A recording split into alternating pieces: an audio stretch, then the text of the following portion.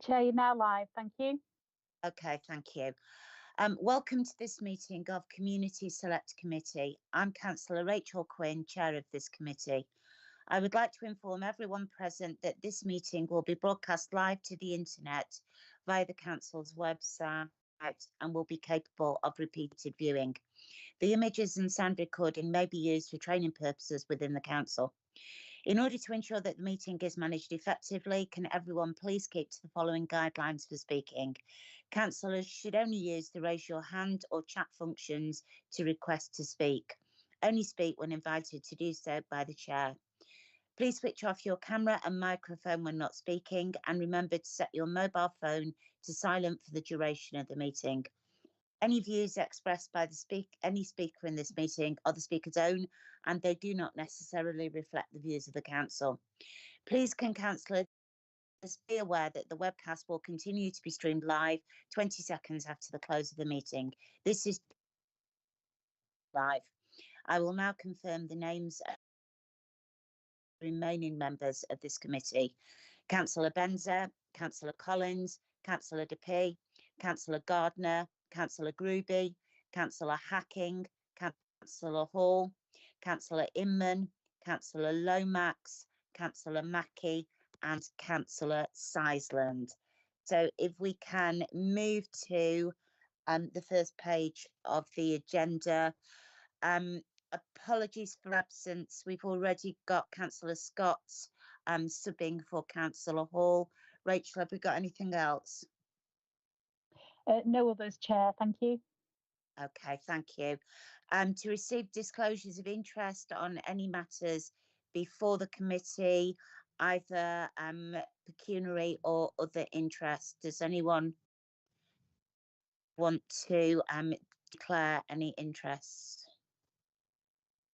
Linda? I think I should declare that I'm also a Derbyshire County Council councillor. Yeah, thank you. That's fine. Thank you. Anyone else want to? No. Okay. Thank you, everyone. I'm moving on. So I'm moving from screen to screen, so I can't see you for a minute. Sorry, Rachel. Are there any matters referred to the committee under calling? None, Chair. Okay, thank you.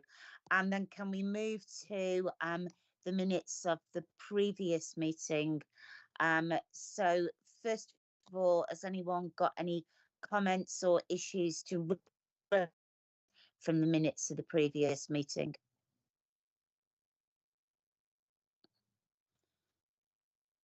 I think there might be things about the work programme, but they will come up when we talk about the work plan, because there is a reference to Newmilns Leisure Centre and other issues, but we'll talk about those when we get to the work programme.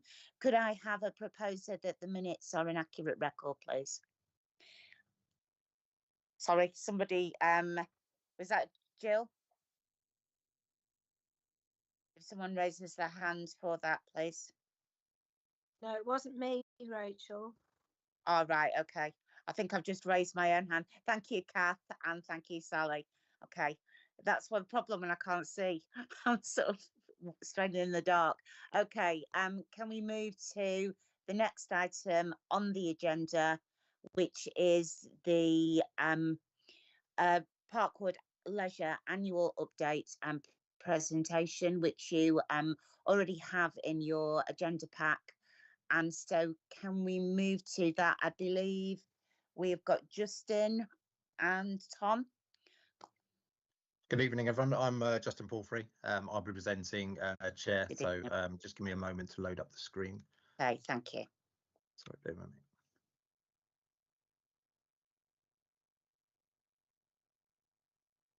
Hopefully everyone can see my screen loading. Can, yes. And now we've got everyone can see that. Yeah, we've got that. Okay, great. Thank you. Well, good evening, everyone.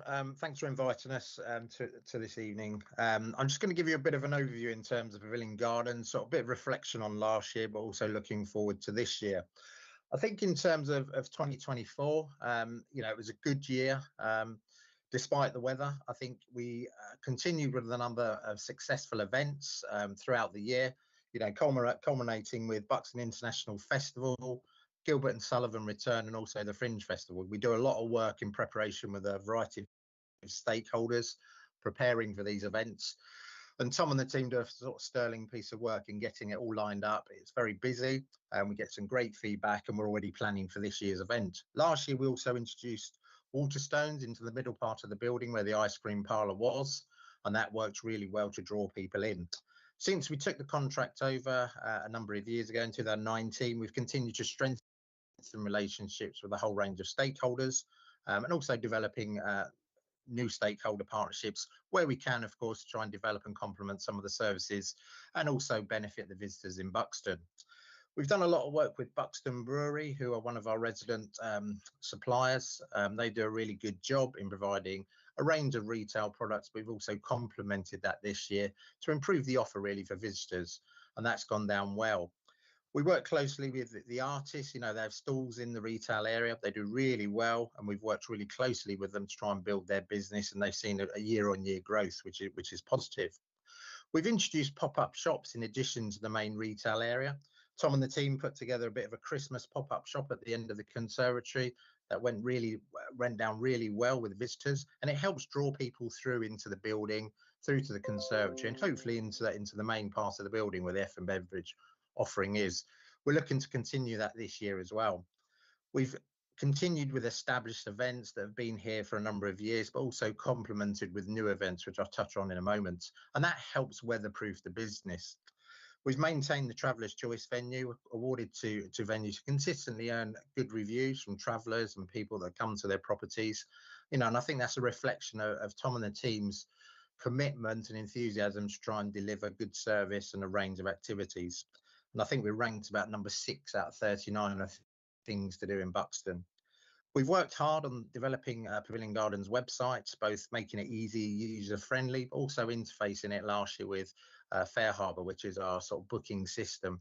Now that provides a seamless transition between being able to book an event throughout the year on a date of your choice, pay, and obviously get that information booked in for you.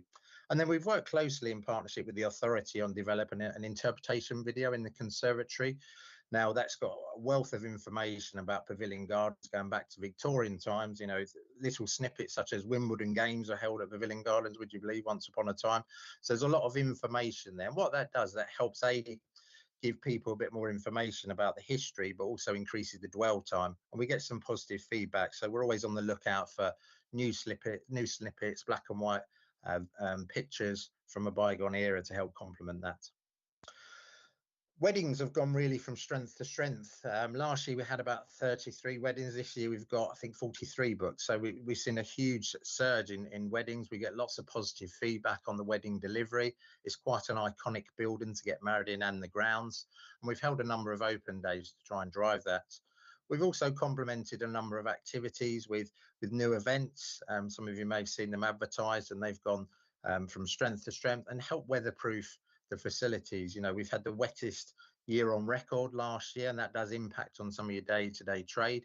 But by having additional events at the facilities, it really helps build the profile of Pavilion Gardens. It also helps, the local hoteliers, where you might get people coming for a day that want to stay overnight, and also may want to consider staying in Buxton for the weekend. So it's a bit of a win-win around. We've continued with holiday trails for children's activities, and also the inflatable sessions in the Octagon are very popular, and they're a great wet weather, particularly last year, wet weather activities, which are fairly affordable for families and parents with young children. We've had our sort of established events such as H&H Car Auction that had their 30th anniversary last year.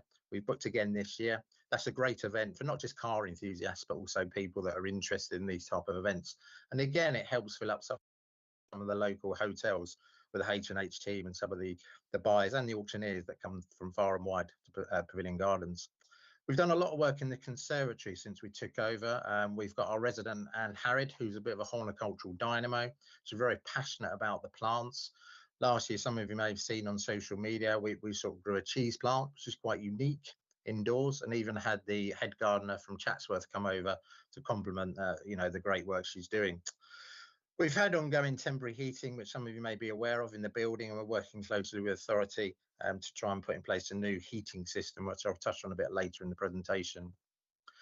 This slide here just gives you a bit of a flavour of the range of events we offer, you know, the young and old, for all ages, for all user groups. And it works really well to weatherproof the facilities, but also gives customer the opportunity not just to come for a day-to-day activity, but also make an evening of it, or of a weekend as well.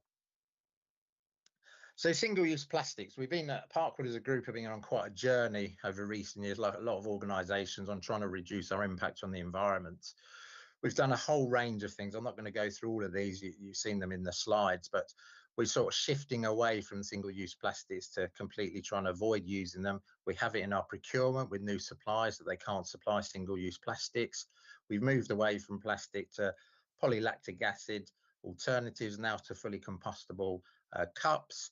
We've replaced plastic bottles with aluminium cans, which are a lot easier to recycle and have better properties for recycling, and a whole range of other activities to try and help reduce our impact. With catering and hospitality, historically, there's always been a lot of plastics involved, and we're shifting away from that as well.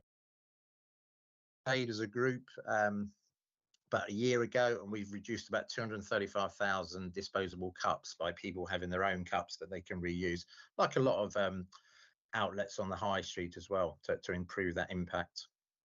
Just on a more local level, at Pavilion Gardens, we again do a lot of recycling locally. We do dry goods. You know, last year we recycled about 14,000 glass bottles kilograms in glass, and cardboard about 12,500. So we continue to improve that recycling properties. Food waste, we use Olico for our waste oil. Last year we recycled about 1,100 litres, where they use it to turn it into green energy.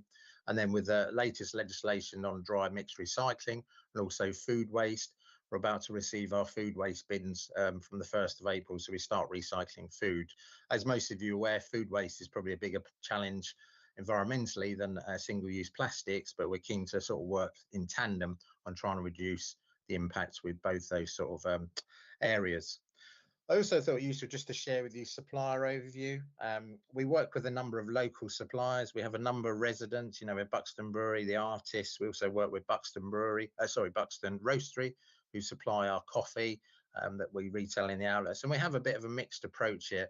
We work a lot with a lot of local suppliers, but naturally, as a bigger organisation, we have a number of corporate suppliers. But we're also open to working with local suppliers. Tom's done a lot of work with some of the antiques fairs and some of the market trader days, where we've actually advertised locally and got some new market traders that often work out of the high street in Buxton to come and work out with us, particularly in the winter months when it'd be quite cold outdoors. So a lot of work's been going on behind the scenes in this area. Just touching on usage, the sort of Pavilion Gardens has very much a unique cycle. The first quarter and the last quarter are quieter, but as we approach Easter and the summer, as you can see, we're going towards the big events. We've seen about 3.8% growth year on year, and that equates to about 25,000 user increase. Now, that's quite positive when you consider the weather last year was terrible, and also it's the first year we haven't had any impacts of capital works. Some of you may be aware that over the last 7 years, there's been a lot of work, refurbishments, fenestation works, etc., to the facilities. And that's worked really well in terms of last year. Not only that, we've done a lot of work on building the events, which helps weatherproof the business throughout the year. Just onto social media, you know, it's a great platform for getting out information. We have a bit of fun in the local community through social media. When we took the contract on, we had about 6,500 followers. We're now approaching 23,500. You know, it gets a lot of engagement, a lot of reach, and a lot of people follow us just to find out what's going on, what they can bring their family to, events, and so on. Not only do we use Facebook, we also use other platforms as well. We analyse Google reviews, where we've had over about 7,000 Google reviews, and that we equate to about 4.5 out of 5 score. So we're in the upper quartile for Google reviews as well, which is always useful to analyse all this data. Now, this slide here shows you sort of Facebook profile. Now, it is for the whole of last year, and you can see the viewers we get, 1.8 million reach. You know, a lot of influencers and bloggers would pay good money for this sort of information. And as you can see, the cycle of interactions we get gear around the holiday periods and as we approach a peak in the summer, and then obviously the Christmas area. So it's quite useful. We also do paid ads to increase and boost that awareness and boost the reach as well, depending on what the events, and also if we need to help drive events. Leading on to the website, we've had just shy of 420,000 web page views. You know, it's quite an important platform to get information out. It needs to be easy, user friendly. And again, it follows a similar cycle to our Facebook, gearing around holiday periods, particularly a peak in the summer. And as you can see, the sort of top 8 activities people are looking for, what's on, F&B, children's activities, and so on. So on to sort of more localized feedback. You know, I'll sort of let you digest this information on the screen, but we do get a lot of feedback from user groups, positive feedback. It's a difficult site for the team when you think on a Friday night we might be having an event, on a Saturday morning we might be preparing for a toy fair, Saturday evening another event, and then we're turning the facilities around for maybe an antiques fair Sunday, and then again back for Monday. So it's quite a challenge in dealing with this operationally, but Tom and the team do a fantastic job in turning this around week in, week out throughout the year. And as you can see, we get a lot of positive feedback from various user groups. So on to sort of projects developments for this year. We continue to work on the tea room and the Pav Kitchen offer to help complement the site's offers. We're reintroducing a new menu recently, about to launch a new menu actually, that's themed along more of a gastro pub type style menu. What we've identified is daytime users a bit more interested in that type of menu as opposed to a more restaurant type menu, which is more suitable for an evening. So we're just changing the menu based on sort of feedback and that to improve the offer. We're about to put in a new soft play unit into the Pav Kitchen. That's worked well since we introduced that some years ago, and that gives parents and people with young children the opportunity to come in and grab a coffee, a bite to eat, and have a bit of respite while the children let off steam. We've made a number of improvements to the ice cream parlour last year to improve queuing, which, as you can imagine, when it's busy, is one of the challenges. And we're doing a few further tweaks this year, and also introducing a Mr. Whippy machine as well. We are making some improvements to the main entrance off the promenade by introducing an extra set of doors on that area. Some of you may be familiar with the area. It can be very cold in winter with one set of doors. When they open constantly, they let all the heat out. So that heat retention property will help with some of the other works we've done in recent years. We'll continue to work with a range of partners. Tom's a local as well, and he set up some good relationships with the Dome and one or two others recently that's helped develop some of the activities at site. We'll continue with a pop-up theme. We're already planning for the spring with an Easter theme in the conservatory end, so that will help as well draw people in, particularly as the weather's been so great in the last week or so. And then finally, really project concerns. Some of you may be aware we're working on temporary boilers. We're working very closely with the authority on timing of these works now.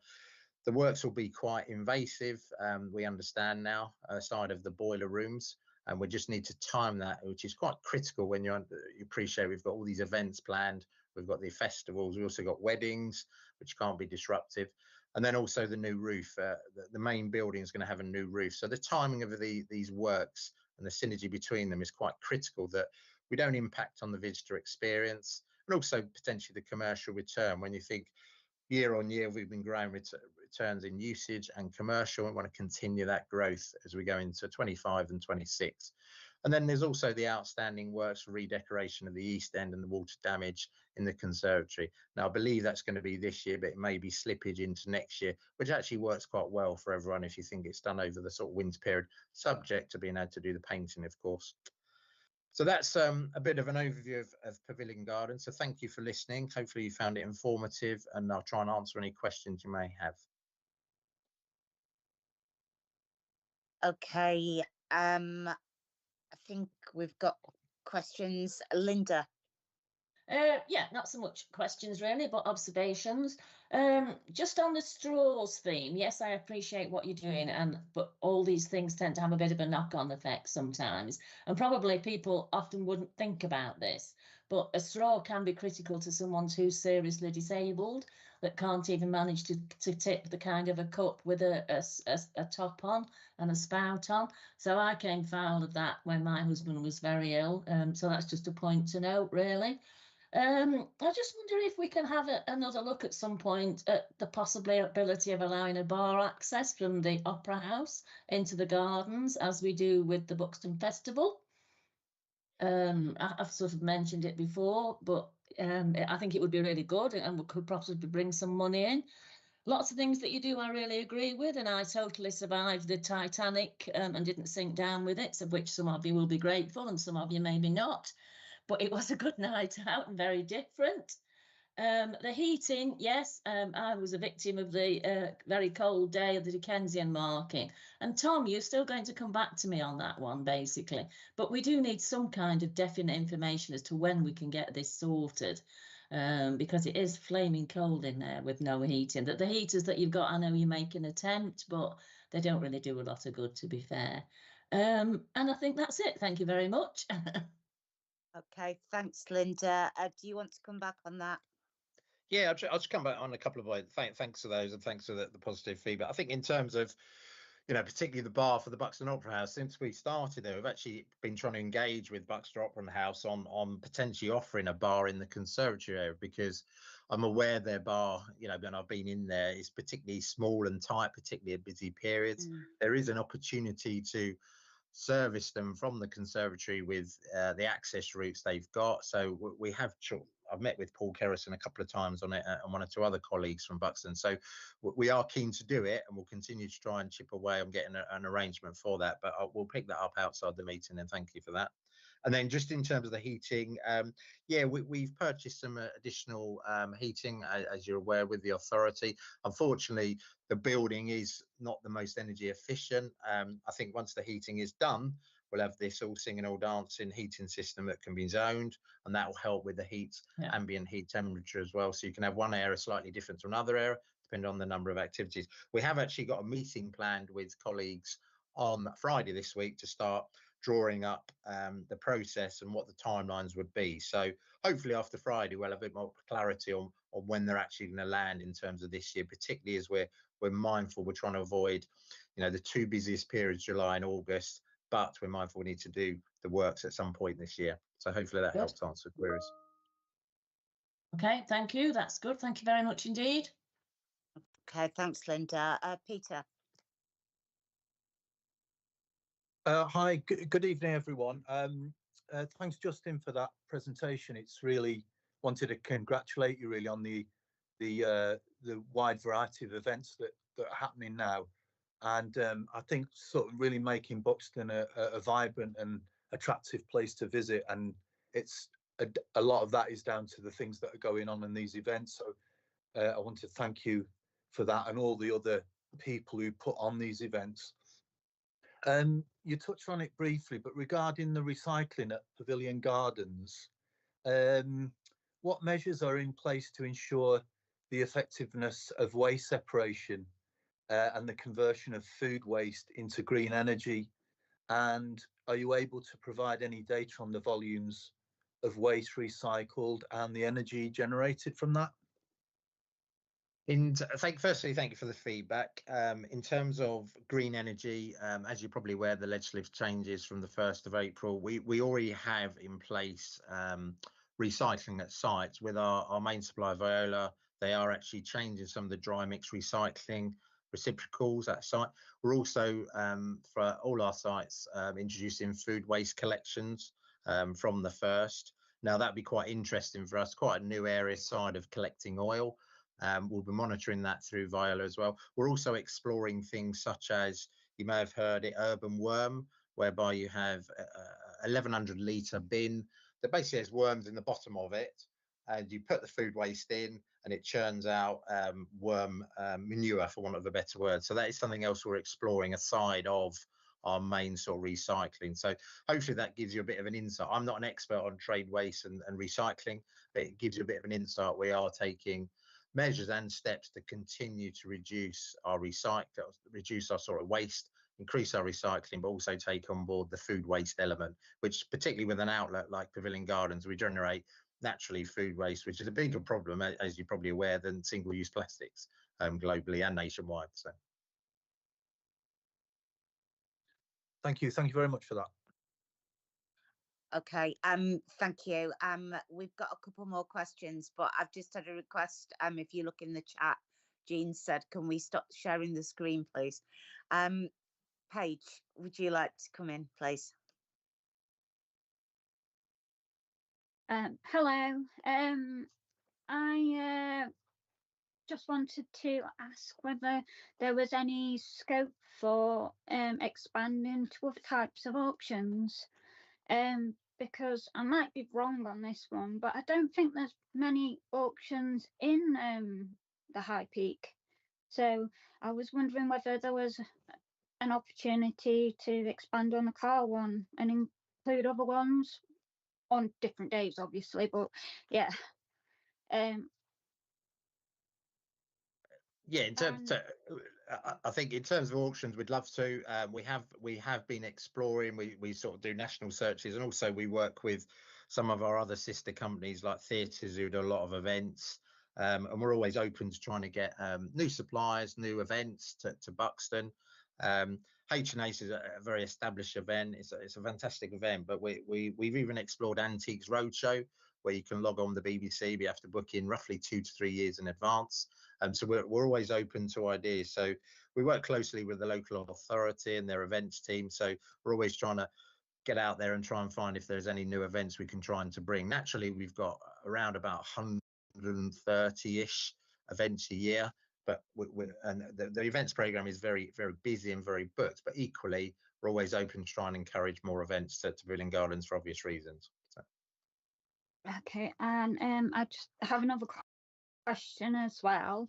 I really appreciate your soft play area, and I was wondering with the upgrades, whether there was any plans to sort of make it a bit more like self-contained, because I found as a parent, if your child's in like a bit of a funny mood and wants to bolt, that it can get quite stressful in there. Maybe it's just because I've got hearing impairment and other parents can cope, but I just think that if parents could relax and know that they could take their eyes off their children for a minute and they're not just going to disappear somewhere they're not supposed to be, that would increase spend, because parents are more likely to buy 2 coffees rather than 1, if you know what I mean. Yeah. It's a good point. And interesting enough, we have taken on feedback from a number of parents. So the new unit, which is actually going in, is a fixed unit.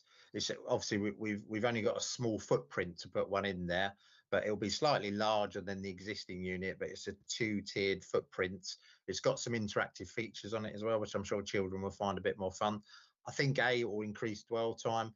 B, it will give parents a bit more respite as well, and hopefully it'll increase dwell time and secondary spend. So hopefully you'll find we've catered for some of your requirements, along with other customers, of course. So. Okay, thank you. That's good to hear. Right, thanks, Paige. Jean.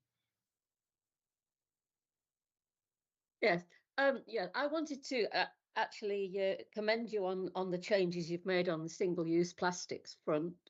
It would be good if there were recycling bins for the public to use as well, I think. But I should comment that the Pavilion Gardens is a plastic-free champion for Transition Buxton's plastic-free community. So that, just thought I'd mention that. Thanks for joining that. I'm a sort of almost founder member of it. But I haven't got any particular comments about the rest at the moment, but thank you for the single-use plastic anyway. Thank you. Oh, well, look, thank you for feedback. And like I say, we're on a journey with a single-use plastic reduction. I think we're there, but we're always looking at ways to improve that. We're working with Soap for Hope, which is a community interest group, which we actually sell their products at Pavilion Gardens, which basically rehabilitates drug offenders. So some of you may have seen it at our retail shop. If you're ever in, please purchase it, because it has a greater good benefit. So we're doing sort of social value things like that as well, aside of single-use plastics, which I think adds value to, working with the local community and trying to support other user groups. But I think the food waste will be an interesting journey, and I think it will really benefit Pavilion Gardens by having the bins that we can try and reduce our food waste as well. And that's why we're keen to explore things like urban worm and some of the other things, because it's, you know, manure we can reuse in the conservatory, so you got that sustainable sort of cycle as well. So I don't know whether there's any way that the oil, the reused oil, could be used by our refuse wagons or anything like that, because we've found it very expensive recently. Yeah, ours, they go to green energy, and I think they are used for vehicles, but what vehicles I honestly don't know. But I do know obviously local authorities are looking at electric dust carts, and I think they cost about a lot more money than a normal dust cart, and you've got all those budgetary challenges as well. But look, we're happy to work with. Unfortunately, they don't work for us, the electric No. Okay, thank you. Thanks, Jane. Joanna. Yes, I think your single-use plastic thing really is very good, actually. The food waste obviously is statutory, and I was wondering, I suppose, both on the plastic and certainly on the food waste, what you're doing to try and reduce the waste in the first place, because, you know, it's better to reduce use than to end up having to recycle. Yeah, I think that's I think one of the initial challenges we had, and we had to start on that, is working through our procurement team to set in place with all our new contracts that our supply chains provide and reduce their single-use plastics. Now, I think we've been on a really good journey, and our group catering director does a lot of work on this. So, you know, things like rPET are introduced, which is a recycled, it's not plastic, but it's a recycled plastic, and by using recycled rPET, it's better than virgin rPET because it has a smaller carbon footprint. So the whole range of stuff. I think ultimately it will come down to, you know, at the end of the day, we want to try and build the business which increases demand, which naturally has a byproduct. So I think the food waste journey is going to be quite exciting for us. We know we produce a lot of food waste, as do a lot of F&B outlets, and by introducing these bins that are due to arrive anytime soon, we'll start to understand. We'll be getting data from Viola on that as well, so we can report back next year on how our food waste is going. Happy to share statistics as we start to get the data coming in. So we're very much on a journey on this, and we're fully committed. And as any new initiatives come out, like I said, the worm bins, we're looking at a vending machine where you can put a cup in that gives a consumer money back, and a whole range of other stuff that's been looked into behind the scenes. I haven't got full details yet, but we're trying to work on a whole range of things to just improve our impact on the environment. So. Okay, thanks, Joanna. Kath.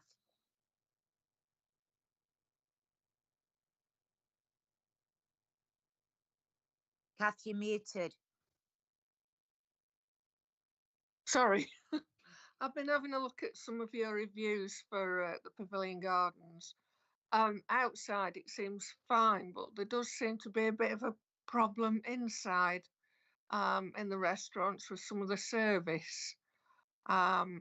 Just wondered what was happening with that. Yeah, I think, look, we always analyse reviews. You know, I think it's fair to say we work in the service sector. We don't always get things right. It can be a variety of reasons.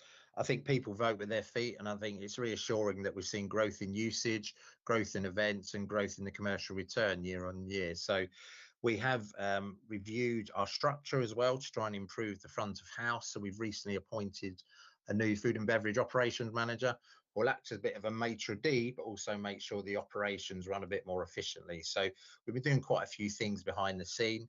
Retraining staff is inevitable when we have a high casual workforce that come and go, and you have to reinforce, you know, good standards, good service, and we'll continue to do that as part of our training with our staff as well. So a range of things are taking place, as with any service sector. If we don't do that, people will vote their feet and go elsewhere. So. Okay, thank you. Okay, thanks, Kath. Dave. I presume you're in a long-term contract with Viola, but it's a shame that you don't use one of the other local waste collectors.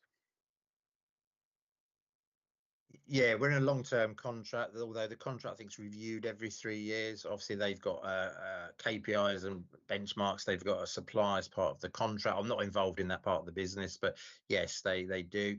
again, it will come down to where they can service us, price, and all those other factors is one of the reasons why we're with them. As majority of our state are, but we do have pockets where we are with other suppliers depending on the geography as well.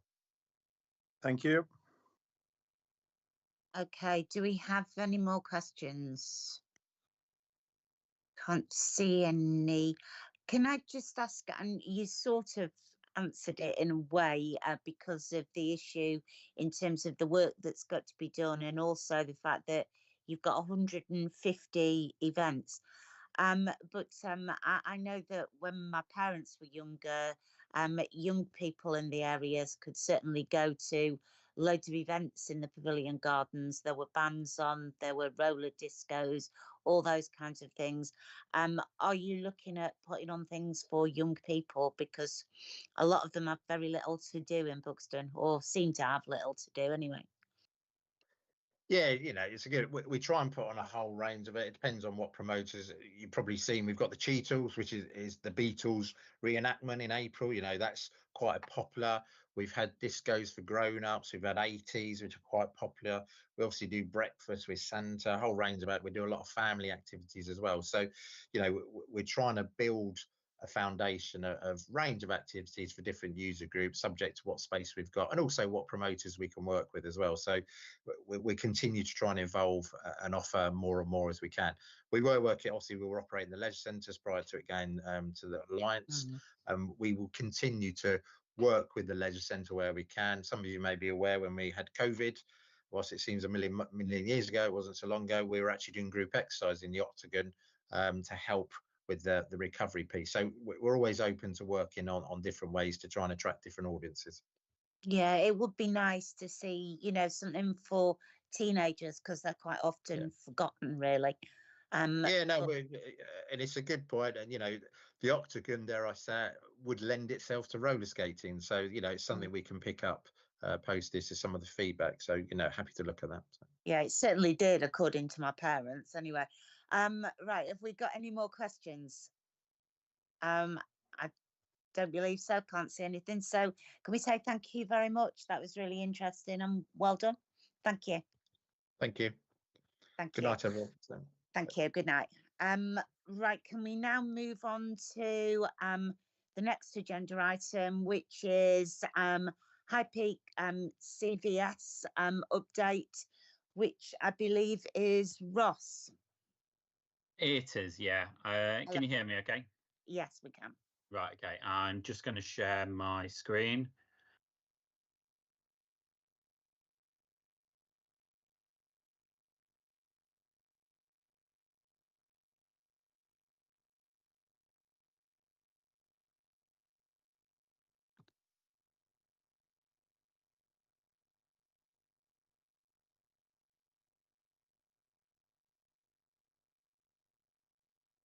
Oh, should be coming up anytime now. It's just having a bit of a think. Yeah, that's it. Thank you. There you go. You've got it now. Yeah, thanks. Excellent. So today I've come to present sort of the essentially the annual report from 23-24. Obviously, we're almost into the following year, but that's what I've been asked to do today. So this was prior to my arrival, so I've only been in with the organisation since August of this year. So any of the credit for the work that you're hearing about today really is a credit is for the staff and the trustees.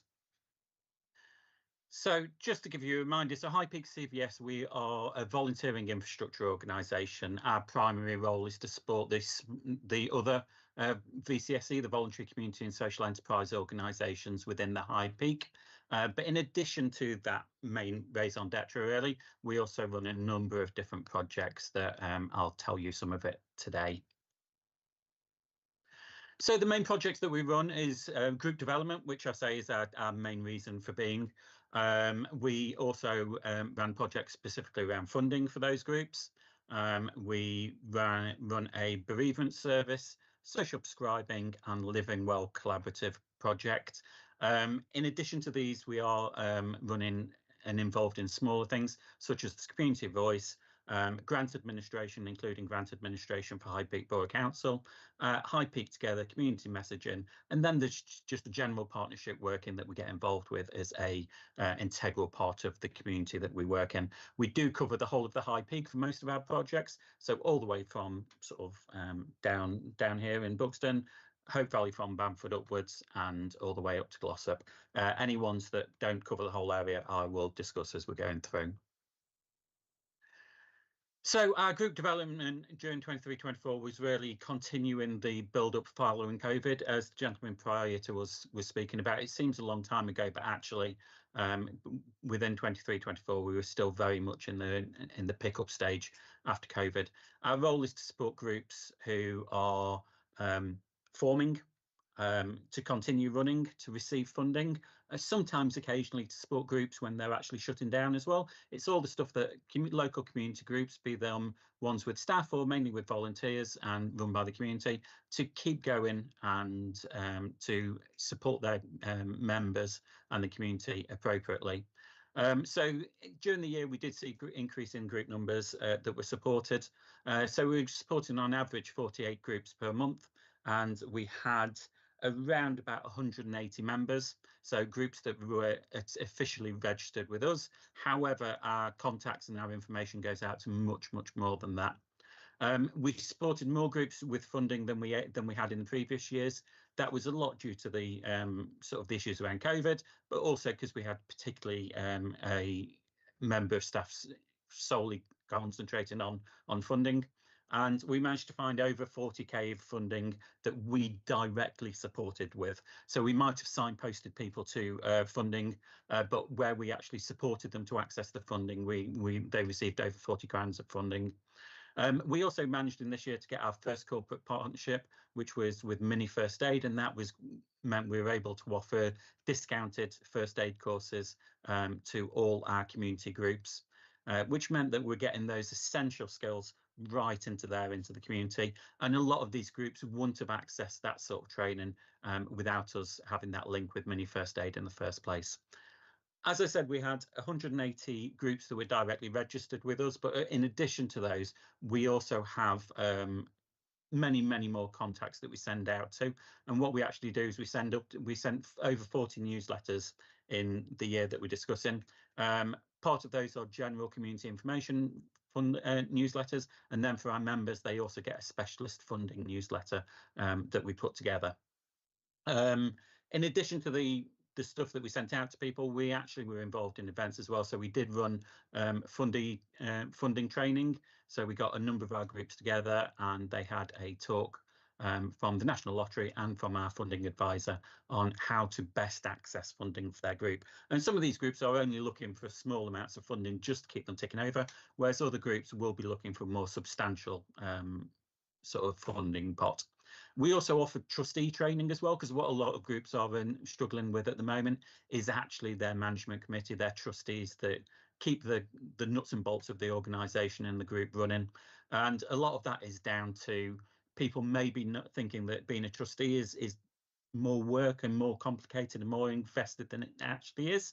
So that training allowed us to really lay out what the roles are, so people totally understood what was going on.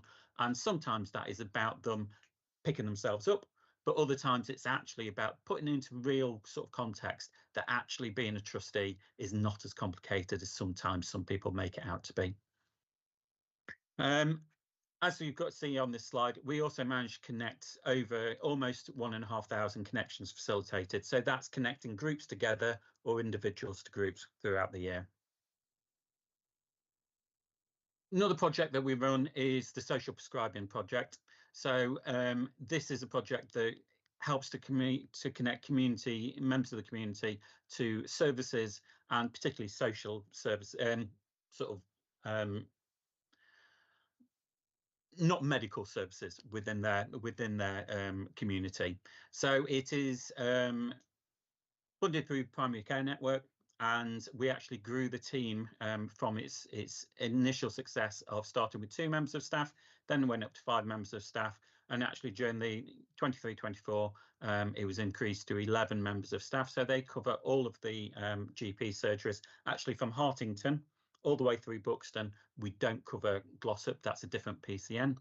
And what is to connect people to services that are going to help their health and well-being, with the intention partially that it reduces the pressure on GP surgeries by people going to their GP with services that actually they can get elsewhere. And we help connect people to that. During this year, we also piloted a hospital discharge specialist worker that was looking at particularly supporting people that were discharged from hospital. What we have found through that year and this year is actually the complexity of cases that our social prescribers are dealing with is getting more and more involved. And what we've been able to do is upskill our workers with knowledge and upskill more skills and more knowledge to allow them to deal with more complex cases, maybe partially due to pressure of other organisations not being able to take them on due to reduced budget cuts for them. So the social prescribing actually is the majority of our staff team, with 11 staff members, and like I say, they are working purely on that project that is PCN funded. The Living Well Collaborative was a project to help connect members of the community, volunteer VCSE groups and community mental health services together to better support and better develop community mental health services within the High Peak. Brought them together in meetings where they can discuss what's going right, what's not, what can be improved, and work out plans and make suggestions as to how that can be improved. The really unique bit of this project is actually it's welcoming to people with lived experience. So what you did have is people who'd been through community mental health services being able to comment and make suggestions and communicate directly with community mental health team on how to better how to improve the provision within the community. The most important bit really with that is High Peak CBS using their links into the community so that they can really get the impression and get the input from lots and a wide variety of organisations. As part of that, we held networking events. So community organisations can get together, network, but also members of the public can come in and see services. They might be statutory services or they might be community services who actually can support them, support people who are struggling with their mental health well-being. Okay, Ross, can I Yes. just ask you to pause there? We've got a question. Oh, have we? Yes, we have. Paige. Hello. Hiya. I just wanted to ask whether the group, and I'm really pleased that you've got people with lived experience on there. Yeah. But I wondered if you had anyone, as in like family of people with mental illness, Yes. who often like support, and sometimes probably don't get a lot of support for that role, and whether you've had people like that on there as well. Yeah, we have. We've had fairly good attendance by people who are supporting people, what we might call affected others. So people affected by others' sort of mental health. Unfortunately, that project does come to a close in April this year. So we're just doing the final reports of it. But in 23-24, it was, yes, we definitely had people attending who were family members or loved ones of those who were affected by mental health difficulties. Yeah. Yeah. Okay. Thank you. Cool. If you are interested in what's going to happen after the project ends, I'm happy to get in touch and let you know how people can input into that work moving forward. We will just no longer be involved in it directly. All right. Okay. All right. Yeah. No problems. Okay. Thank you. So we during this time we also continued the bereavement support service, which was a project that began in Glossop in 2018, and through lottery funding we were able to continue it to the rest of the High Peak. And these are facilitated peer-to-peer support groups for people who are recently bereaved or suffering with grief following bereavement. we did manage during this period to get top up national lottery funding. So this project is funded now till 2027, and we are currently working as to how we can continue to deliver this service following 2027. During 23-24, we had 123 referrals and 539 attendances at groups, with groups running in Glossop, Chapel, Buxton and Castleton, so covering the whole of the area. So they're the main projects that we run. They're the main things that we work on. However, like I say, we are involved in other pieces of work. So we do run the High Peak Community Voice meetings, which are an opportunity for voluntary and community groups, often the small community groups, to get together periodically and receive information from us, but also pass information to us that we're able to share upwards, because often some of these small community groups feel that they lack a voice, and we're able to offer them that voice. But what they're also able to do is get together and maybe discuss common themes that they're experiencing, and again, that peer-to-peer support, but also making connections as where these groups can work together. We were involved in the community messaging partnership, which was a link between Derbyshire County Council Public Health, the Bureau in Glossop, and it was about using our social media to share key health and well-being messages. It's difficult to sort of separate the messages, but our reach on Facebook is about 2,100 interactions. So not just the reach, but the actual people interacting with our posts, and many of those would be health and well-being related. Twitter, we're on 944 interactions, and our reach on Instagram is, during this time, was about 3,000 interactions again. Part of those will be the community messaging service, and part of it will be the work that we do separately ourselves. As I said, we do manage grants as well. One of the grants that we manage is for High Peak Borough Council, which is the Climate Change and Nature Action Fund, where we advertise, we organise the meetings, we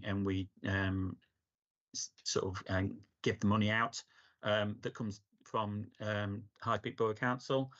Real mix of groups that we get with that. So we do get things like we have Tintwistle Parish Council, High Peak Baby Bank, Hope Valley Climate Action, but then we also have groups like sort of the Whaley Bridge After School Club and Cavendish Golf Club that we're applying for that, and that's all to support the council's climate action plan.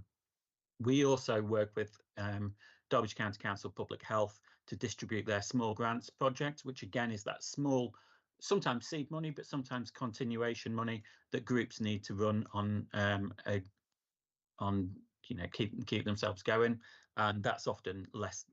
I think during this time it was about £500 grant, and again that went to groups such as sort of More Care had some money, Buxton Boxing Club, Hope Arts, so real diverse sort of applications to both the climate action and nature grant funds from quite well established and groups with members of staff, all the way down to small little community action groups that are run purely by volunteers.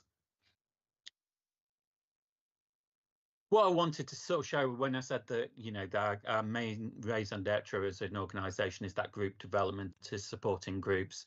And the reason for that is it's so integral to the rest of the community, but also integral to the work that we do. All the projects that we run, such as social prescribing, the bereavement service, our partnership work that we're doing, the grant admin and the living well, really relies on a lot of the work that the group development work does. For example, the social prescribers are prescribing people to local community groups and services. Many of those continue to run because of the work of the group development service. When we're working in partnership, we do sort of work with local voluntary organisations, but we also do work with local government, health, social care and funders to really benefit the members of the public and members of the community of the High Peak. Last couple of slides. So finance and funding, we do rely on funding from a number of different places. So we have, during this time, we had money from Derbyshire County Council, High Peak Borough Council, the integrated care boards, but then we've also go and find money from other organisations such as NABCO, British Red Cross, the Community Fund, which runs the bereavement project. What we're finding more and more these days is that we are having to go out and get smaller pots of money to keep ourselves going. And part of that is, while I have you there, we have been talking about 23, 24, but I just want to keep you up to date with where we are. I think it's safe to say that the voluntary sector is in quite a vulnerable position at the moment. You'll all be aware of sort of the DCC funding cuts that are going to go into action from April this year. I would say that the High Peak, there was a consultation, and the High Peak returned more consultations than any other district. And I think that shows the level of understanding that the High Peak have, and the very sort of strong community and voluntary sector that the High Peak has. Recent ICB, we also get money from ICB, and the ICB have only committed to 6 months this year with a review in 6 months. And obviously that puts us in a difficult position as far as planning for the future. A lot of the smaller pots and grant funders that are around, a lot of them are closing or pausing at the moment. So there is more competition for smaller pots at the moment. There is an increased demand on services, and I think that might increase more with the shuts to some of the day centres that are happening. And obviously, you know, as probably you guys are a bit unsure as to what the local government changes and devolution is going to hold for the voluntary sector. We have such a good relationship with our partners at, you know, particularly at High Peak Borough Council and some of the staff that you have. It would be a shame, you know, for that to change if the councils are devolved to, you know, 2 or 1. And I just want to really say that the health of the community and the well-being of the community, I genuinely feel, and that's not just because I'm here, that the voluntary sector is key to the work that communities do and the community strength and resilience that they have.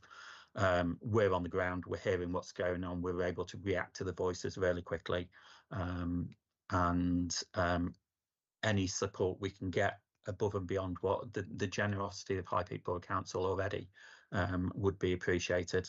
And that's not just talking about money, it's talking about the support. It's about everyone speaking up and offering help and support and advice where you can. We already do have a representative on the board from High Peak Borough Council, which brings a very unique sort of view and helps us very much indeed. If you do want a digital copy of our annual report, you can scan the QR code that was on the notes that we're sending out, or you can just find it on our website, which is highpeakcbs.org.uk. And that's the end of my presentation. Okay, thank you, Ross. Do we have any questions? I'm just going to stop sharing because I know. Yes, thank you. Yes, definitely. Has that gone off? Yeah, Yes, that's it has. gone off. Thank you. Fantastic. Peter. Oh, hi, Ross. Thanks for that presentation, and thanks especially for all the, you know, the amazing work that you're doing in very difficult circumstances to support vulnerable people and bring groups together. It's amazing work that you're doing. You mentioned it when you were talking about the bereavement support, and I just wanted, you said you had some sort of ideas around ensuring sustainability beyond lottery funding. What ideas have you got around that? I suppose. Yeah. Sorry, go on. Yeah. Go on. Yeah, it's very early days at the moment. We actually had a meeting on last Wednesday, I want to say, at Chapel Golf Club, where we had a number of different people involved, voluntary sector, trustees, someone from health. Unfortunately, the ICB couldn't attend, and also one of the local funeral home members of staff, and sort of looking at partnerships around sort of commercial partnerships as to whether we could run services for particular funeral homes. The lottery have said that, you know, we can't necessarily go back for them for money, but I think if we could go back with a different idea, we possibly could. And one of the things that we were talking about was that actually a lot of the counselling services and our groups only support people 3 months after they've been bereaved. And actually sometimes what people want is sort of that practical support of what do we do on day 1, 2 and 3, you know, and up to a couple of weeks. So we are looking as to whether we can offer a service that does that. And then we are looking at, you know, that not necessarily charging, but in the same way that Relate do, of telling people that this is how much a session with us is costing. Give whatever you can, because we have been very, very well supported. You know, we've not done a great deal of reaching out to people who have had the service, but when we have, they have been very generous and given us, you know, a few £100 here, a few £100 there, which keeps it ticking over. But I know, you know, there'd be some people who would be able to give, and some people who wouldn't. And what we don't want to do is put in a charging service where it's X amount per session, because we don't want to be sort of exclusive, but maybe asking people to give what they can, and then looking at just general fundraising for other grants as well. I think the more we can show the benefit of it is, and a lot of the counselling people are getting these days for like Cruise, for example, is over the telephone, it is video calls. For some people, that is bang on. That is what they want. They want to sit in their kitchen. They want to talk to someone that they don't necessarily need to interact with before and after. But for some people, what they want is that social contact, either with a counsellor or with a group. And it's making sure we're able to offer that. So very early days as far as sustainability goes, but we are looking at that. There's not going to be one answer. There's going to be a range of answers. But I think the meeting on Wednesday definitely sort of planted some seeds as far as that real initial support goes, of a new project around what do we do on day 1, 2, 3 and 4. Thank you. Thanks very much. Okay, thanks, Peter. Pam. Hi, Ross. Really good work on everything that you're doing. It's very impressive that you managed to coordinate all this and pull the funding in for people. I've got 2 points to make. One is your bereavement service. I was speaking with somebody that was using it in the Glossop area, but they had never been directed to Cruise. They'd never heard of Cruise. So I wonder if you could perhaps flag that as something that's maybe slipped off the agenda, because I think it is a very useful service for people because of the way that it shows you what the process is in grieving. Exactly, yeah. And it's that structure that people, as a GP, I found people were coming to me and they wanted to be reassured they weren't going mad.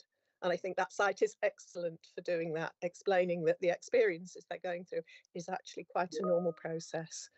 And the other thing was Counsellor Initiative Fund. We have £1,000 each per year that local groups can apply for.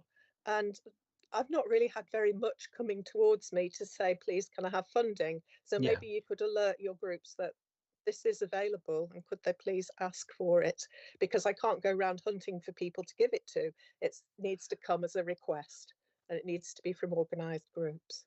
That's all. Thank you. Absolutely. And on both of those points, I think everyone who phones up has a phone call initially with one of our bereavement support workers. We've got 2. And at that point, they should be signposted to other services as well as ours, because there's stuff that we do. You know, we are group work, and for people who don't want that or want that as well as the Cruise support, we should be signposting to both. So I'll make sure that is happening. And yes, as far as the Counsellor Initiative Fund, it's something that I didn't know too much about until recently, and sort of it will definitely we'll make sure it goes in our next funding newsletter, and I'll definitely talk about it at the next Community Voice meeting as well. But we've got a couple of thoughts of what we might be approaching you for as well. Okay, thank you, Ross. I look forward to that. Thank you. Okay, thanks, Pam. I believe that Derbyshire County Council also has a Councillor Initiative Fund as well, so that might be a way to go. I believe so. Yeah, okay. Do we have any more questions? No. Can I just ask you, because obviously we are all very concerned about what's happened to care homes and the day centres. We're due to get an update later in this meeting, but obviously we feel that it's very difficult for us to do anything. Do you have any thoughts about what support might be needed for people who are losing those services? I think we're starting to see the start of it already. There's been an increase in the social prescribing sort of service referrals for people who you suspect from the referral form is someone who may have attended day centre services. And I know that the transport service Connects is experiencing a similar thing of people being taken to groups. I think what you're going to find is that for the people who do go to groups, and it might be the local gardening group and some of the sort of social youth VA type groups and stuff like that, it's going to put a lot of pressure on those to maybe become more accessible to people who maybe have slightly more needs. So there might be a need as far as training sort of goes for that. But I think the problem is that there's going to be a number of people who maybe don't have anything that fits the bill because of their high needs. And I think what you're going to see is more referrals into sort of the social prescribing service like ourselves to look more in depthly on what there is about and whether the services that are available. So I think it's going to be a mix. And I think what you'll find is we'll probably get some referrals now for people, for maybe families and individuals who are a bit more proactive, who are getting ready for everything sort of changing. And I think what you'll probably get is another load of referrals and people attending groups, and maybe an increase in requirements for the social transport in about 3-4 months, when families and individuals realise that actually they're not coping very well with the closure of the day centres. Okay. And there are health issues as well, because the day centres carry out health services as well. So yeah, exactly. And I think there's going to be a number of people and a number of groups who may not be able to accommodate people because of maybe some of the health needs and the health services. With the transport schemes like at Connects in Buxton, medical journeys are still prioritised over social journeys. So you will get people who may be having to travel further for medical appointments that might have been done at the day centres. But what you might also have is a reduction in the amount of social journeys, like taking people to a Men in Sheds group, or the youth 3A groups, or the gardening club, because they have to prioritise some of the medical journeys as well. And that is impacted by cuts from DCC. Okay, thank you. Thanks. Paige. Hi. I was just wondering whether you have any services other than social prescribing, or as part of the social prescribing, that helps people prepare to put in a request for what you call it, social care support plan that DCC does, in terms of acquiring personal assistance and care plans, basically. Because when they said that we were closing down these daycare centres, they also said that these people could have PAs. So there needs to be something that helps people to think about what they actually want from those and how to apply for it. Yeah. It's one of those roles that technically probably shouldn't be a social prescribing role. Social prescribers should be referring people to other organisations that will help them with that process, such as Alzheimer's support and stuff and things like that.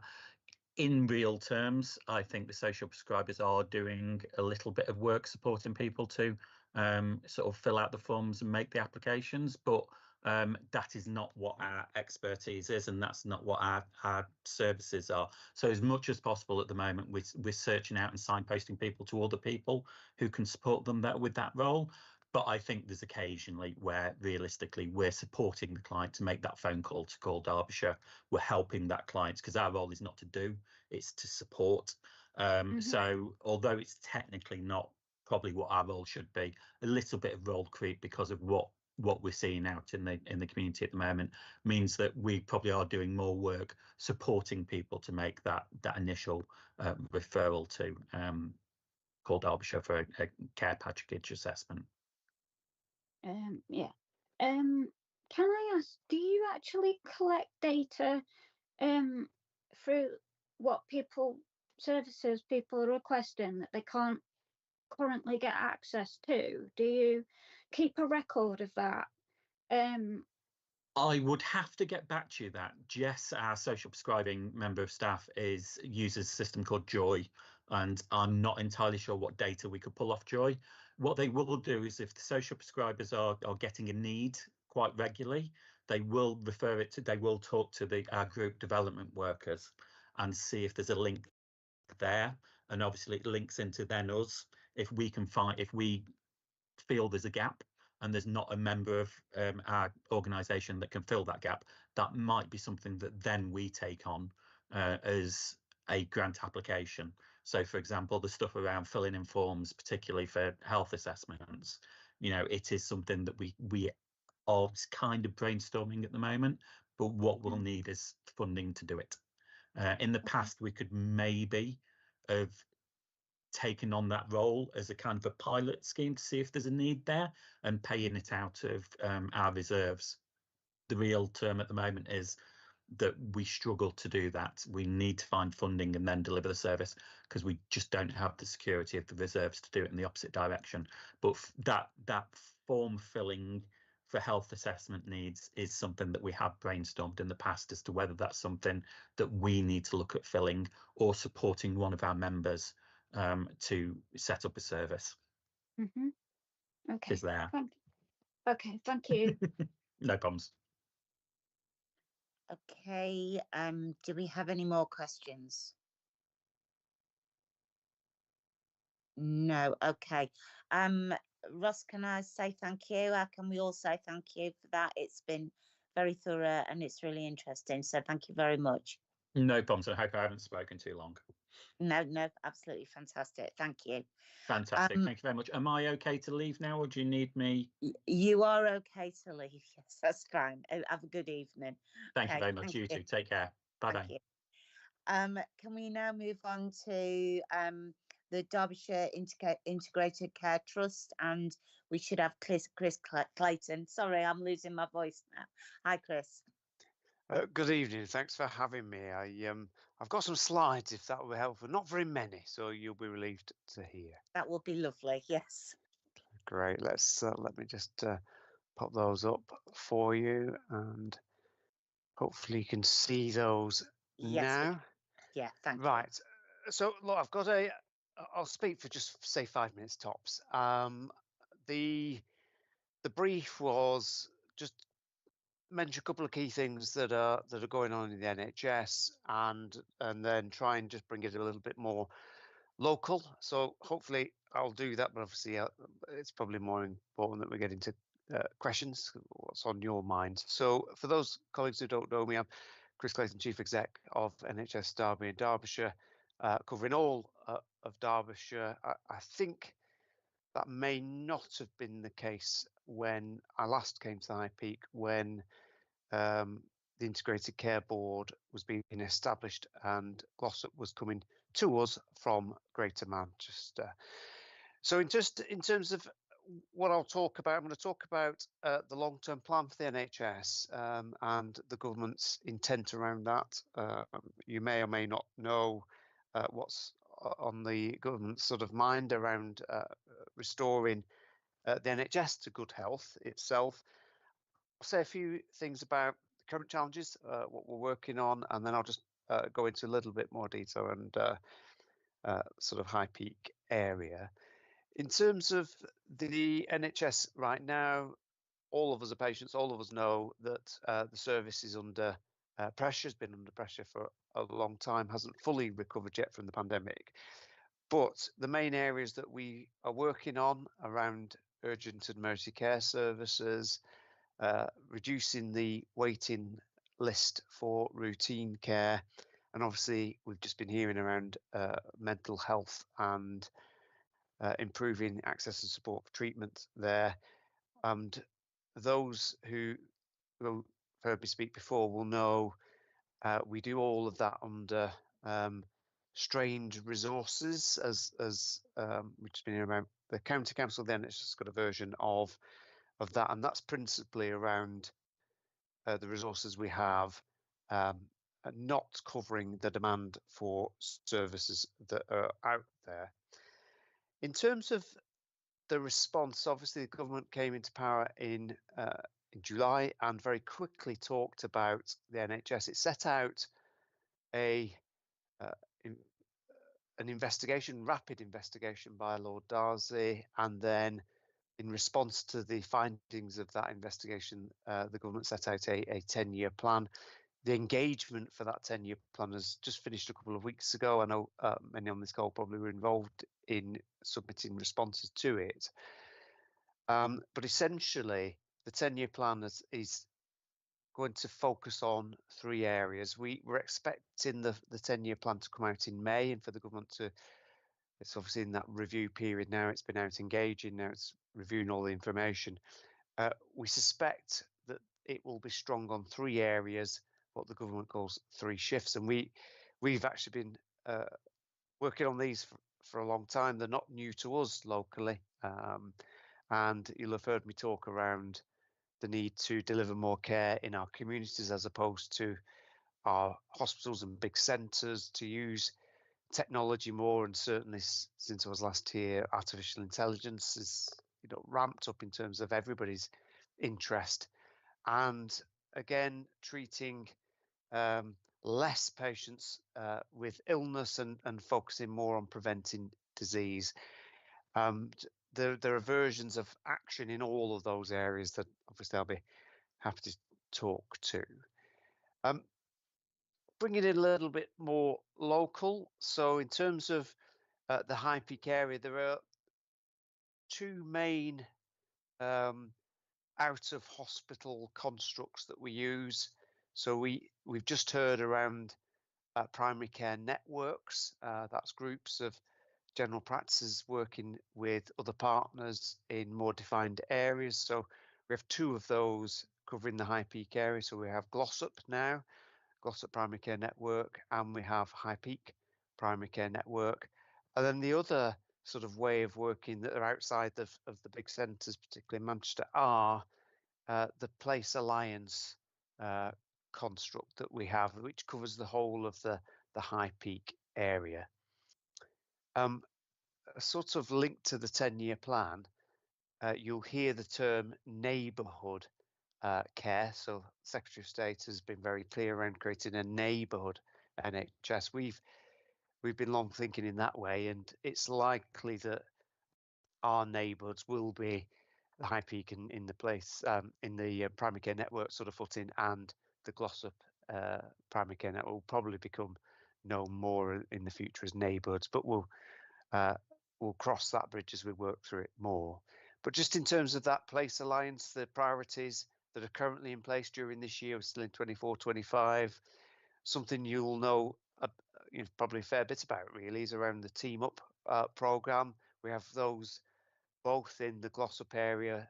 That's new to Glossop actually, since Glossop came to Derbyshire NHS, and a more established Team Up model in the High Peak primary care network. That's a responsive service, particularly around visiting those in their own homes who need urgent care, those who need visits from general practice, those who are at risk of admission to hospital. The Team Up service does visit them and works with other partners, particularly in social services, to lend a different, more broad response to those needs. We've also got other things going on, of course, dementia services, end of life services, very strong actually in the High Peak area. We've just been talking around those broader interventions. We've just been hearing about bereavement, but we're building our work with children and young people. Falls prevention is something that is increasingly important to all of us, not just supporting those who've had a fall, but prevent them in the first place. And we've just been hearing from Ross, haven't we, around the Living Well programme.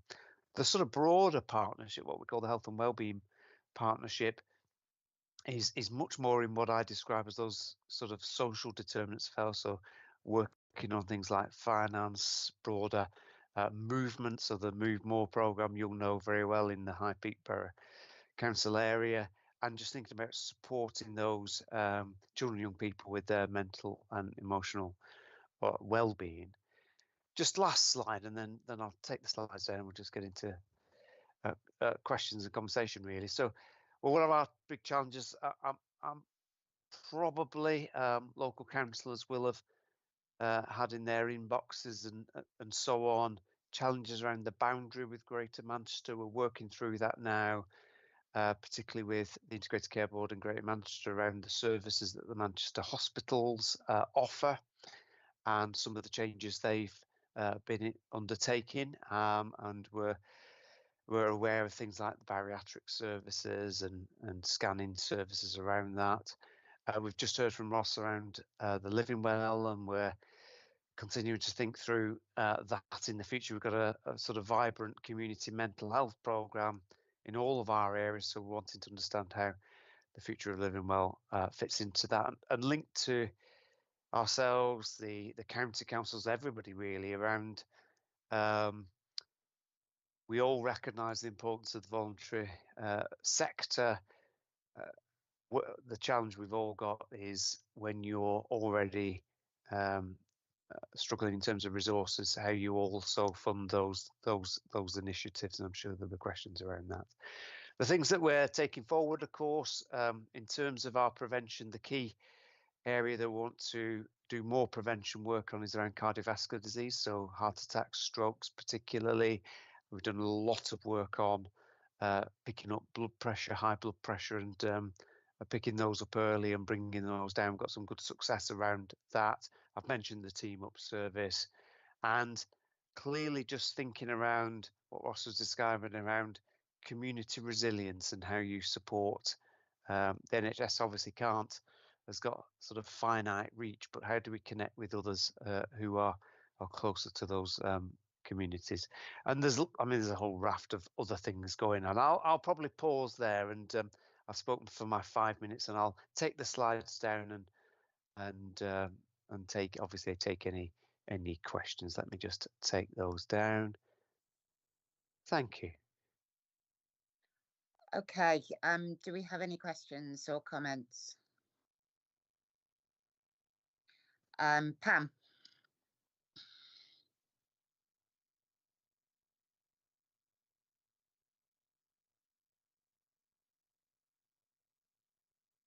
Pam, you're muted at the moment. I'm so sorry about that. Hi, Chris. I'm so sorry. Now I can speak to you. Over many years, I've been very concerned about this shift to community care and the reduction in the number of hospital beds available. There were catastrophic reductions in hospital beds, and I do believe that is a big factor in the backlog in A&E. I was particularly concerned recently at an advert that was looking for nursing staff experienced in corridor care. I think it's tragic that we're looking at experience in looking after patients on trolleys in corridors when we should have enough beds in hospitals to provide the needs. I believe that looking at the problem of rehabilitation at the far end of somebody's hospital journey is distracting from the fact that we have a huge need at the beginning of their journey, and that's not being addressed. And I know the community provides a great deal of support, but there are services that hospitals are required to provide where I couldn't, as a GP, put an IV up, supervise it, do daily bloods, chase up urgent results. That's not possible. And those facilities are just not adequate in the NHS that we have at the moment. Chair, do you want to take a few questions, please? And then there might be themes, mightn't there? So if you take the colleagues, yeah. Thank you. I'll take a few, right. and then we'll come back to it. Thank you. Thanks, Pam. That's fine. Paige. Hi, yeah. At risk of looking a little bit silly, I've noticed that there isn't any reference to specifically to women's, but there is to older people's and children and young people's services. So, for example, as part of prevention, is there any plans to increase more local access to abortion, for example? Because if you're in Buxton at the moment, you have to go to Stockport in order to access it. And obviously, if you've got a woman who's in a domestic violence situation who doesn't have a car, that could be a problem. And also, sort of,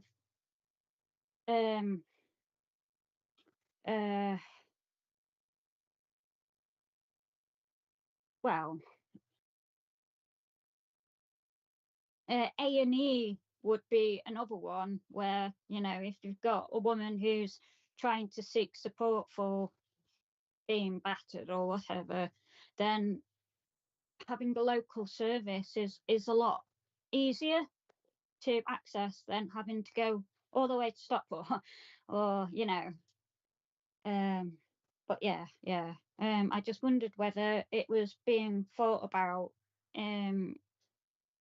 more broadly, really. Thank you. Yeah, Thank you. I'll pick those up. Yeah, thank you very much.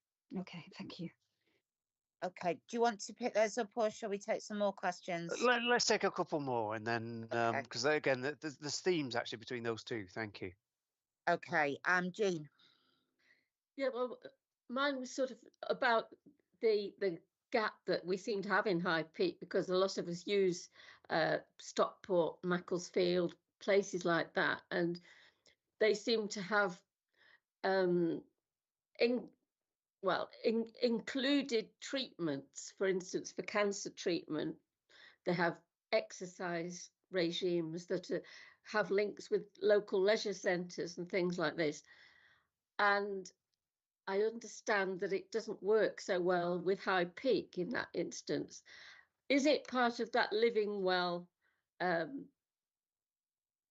project? And if that's finishing, I think you said that the funding was ending very soon for that. Is there anything available for High Peak people with regard to these sort of exercise regimes that and that kind of thing, as well as the mental health in that? Thanks. Thanks. Okay. Thanks, Jean. Can I just put a rider on that? I wasn't going to pop in until later, but I know that people who are having Herceptin treatment in Buxton, they have to travel to Macclesfield, whereas if you're in Macclesfield, someone visits your home and gives you the injection, which it does seem really unfair that we don't have that service here. So that was just a rider on top of what Jean was saying about treatment. And the last one in this load of questions is Kath. So Kath, would you like to ask yours, please? Just to say that I agree totally with Councillor Mackie on what she's saying about hospitals. We do need hospitals. It is good that we can do some things in the community, but it's really important that we have and keep community hospitals where people can have respite and re-enablement to help them to get back on the feet and get them, you know, moving. It's really, really important. If necessary, build more hospitals. Okay, thank you, especially in the High Peak. Thank you. Thank you. Thanks for those. Look, I'll do a first round of answering as best I can against those, and obviously if I miss anything, I've made a sort of list as colleagues have spoken. So, but if I do miss any, just pick me up on those. So, there is a bit of a theme around the model of care that we need, both that within hospitals and that within communities. So. Without question, councillors are absolutely correct. we will always need hospital care. There's no question around that, and we will always need hospitals to do the care that can only be done there. There absolutely no doubt. What the point of the government's view at the moment, and it is supported by the NHS actually more broadly, is that when we've looked over the last couple of decades, and it is over that time period, more focus of attention has been given to hospitals than has been given to community, primary care, general practice services. So there's been what we describe as a disproportionate view on hospitals taken. So most of the investment that's happened has happened in the large hospital sector over that time. Most of the growth in staff has happened in hospitals, and it's the sort of forming view is that if we don't correct that proportion of funding, then our community and primary care services will dwindle. And what that means is that less can be done in the community and more ends up going into hospitals. Now, what we know at the moment is hospitals are struggling to manage the care demands upon them, but not all of the care going to them needs to be done there. So in other parts of the county, we have set up services to do things like antibiotics out in the community, intravenous antibiotics, and those things. They are services like that can be done in community settings. I've set them up in many areas, but getting the balance and knowing where the line is around what needs to be admitted into a hospital and what doesn't.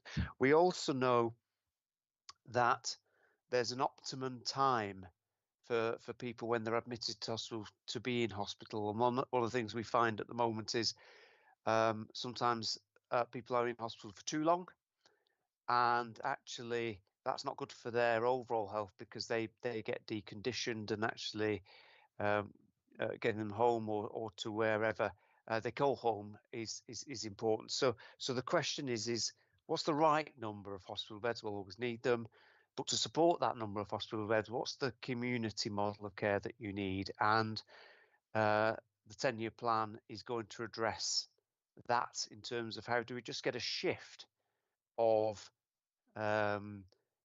investment into more community services. To just give you a sense of what that means, a lot of sort of the think tank bodies out there think that 10% of the NHS budget should be spent on general practice. It's currently about 5%, so that just gives you an idea of that sort of shift that's wanted to be made. So it is. I describe it as making sure we've got the right size to services, but without question, we will always need hospital beds.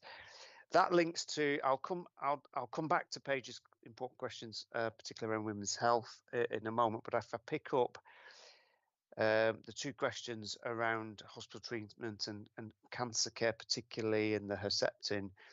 So, and actually, just before I do, I think I've just addressed Kath's question around community hospitals and models and what we're trying to do.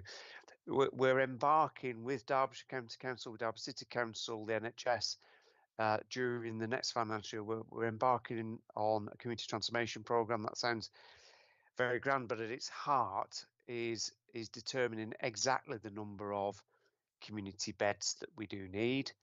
Actually, some of the additional care that we require, particularly in sort of the more rural parts of the county, is domiciliary care in people's own homes. That's where a significant amount of challenge has been over recent years, and sort of getting the right balance of that is important. So I think, Kath, the community transformation programme will give a sense as to the numbers that we need and where. The two questions about specialist hospital treatment. Yes, so Jean, what you're referring to, it isn't the Living Well programme. So the Living Well programme is specifically around mental health services. What you are picking up, and colleagues have advised me about this, is for patients in the Manchester postcode and who receive services commissioned by the Greater Manchester Integrated Care Board. There are additional services that are commissioned there for exactly what you described. So people going through cancer care treatment, there's sort of ancillary services that are commissioned in Greater Manchester and haven't been available, so I'm told, into the Glossop and High Peak area. That's something we're picking up with Greater Manchester now. We're understanding, because we pay for those specialist services from those specialist Manchester hospitals, we pay for those services. And we're just working through literally now just to make sure that those additional services that you describe are not covered, because obviously we still fund them, and then we'll take a view once we've got that level of clarity around those. So it's something I am aware of.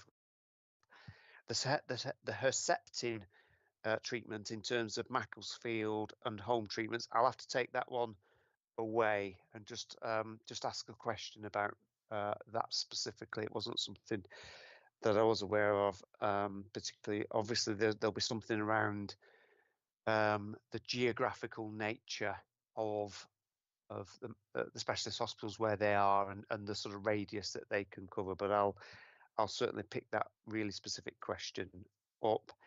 And then lastly, before I bring other questions in, if we just go to Paige, yes, sorry about that. I just picked out a few case examples and didn't particularly refer to women's health. So it is important. We're making sure in our plans for both the work the NHS does and our work in partnership with others that we are attending to all the different age groups that we have. So we've got something around starting well with young children, living well, sort of that into adulthood, and then aging and dying well towards the older age of the spectrum, and particularly in the sort of staying well, living well space there. We are focusing on women's health, and something we're doing across Derbyshire is increasing the access to women's hubs. And there's quite a lot of work going on between our hospitals and general practice around developing these women's hubs. Sort of key areas we're wanting to consider are areas such as endometriosis. You'll have heard a lot about that in recent reports, and so it is something that you'll hear more and more about. There aren't specific plans to change our access to termination of pregnancy services. Obviously, they're delivered in very, very specific services.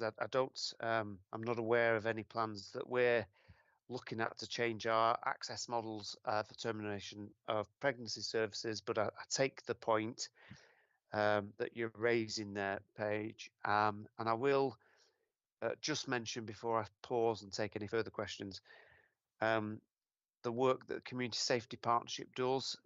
It's broader than the NHS, but with police, local authorities and others around domestic violence in particular, it's a focus area for us. So I'll stop there, Chair, and hand back to you and take any further questions. Thank you. Okay, thank you. I'm going to be really cheeky and abuse my position by jumping in. You talked quite a lot about care in people's homes, about helping people be cared for in the community. And I'm struggling to square that with the closure of day centres locally, because where I live, we've got Queen's Court Day Centre, which offers medical checks, it does bloods, it offers everything that I would have thought all of this required, and yet it's been closed, and that will cut a number of people off from that kind of treatment and help.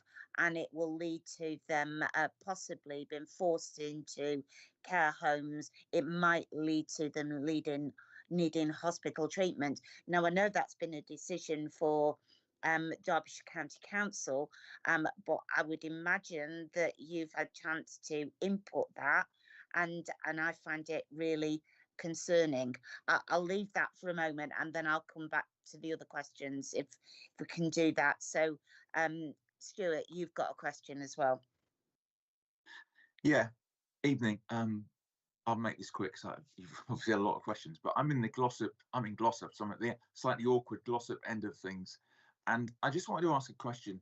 Glossop Primary Healthcare Centre is a good facility, but it's empty. It's hardly used. And the reason I ask is a number of people have mentioned that to me over the years. I've never been able to give a satisfactory answer about why it's empty. And I was actually, ironically, sent there last week to physio. I went in there and I thought, this is great. There's nobody here. It's sort of newish. It's empty. It's, you know, it's neat. It's nice. I don't understand why a facility like that is standing basically empty. And instead, people have to sleep to Stockport or Tameside, where it's like World War III, as opposed to the Glossop Primary Healthcare Centre, which is the sort of facility you think, God, why don't we use this more? And I don't know the answer. I just wonder if you could help. Okay. Thank you. Thank you, Stuart. Right, moving swiftly on. We've got Pam again. Hi, just coming back to that question of Herceptin. In Glossop, I was under Christie's care, and they actually had a mobile unit that came to Hattersley, to the Tesco store there, that provided Herceptin treatment. I just wondered what would happen to that facility now we've become part of Derbyshire. Okay, I think we'll get back to that one in a moment. Kath? Yeah, I was just wondering what is happening, if anything, with the hub in Buxton. Yes. Okay. Yeah. Thank you. Good question. Paige? Hi. I was just wondering whether the women's hub you were thinking of setting up would include access to rape crisis things, and you know, like when a woman, I think there was an idea where they could go and have the swabs taken, so there's an evidence, the evidence is there if they were to want to go to the police later, as well as receiving things like the after morning pill and STI checks and stuff.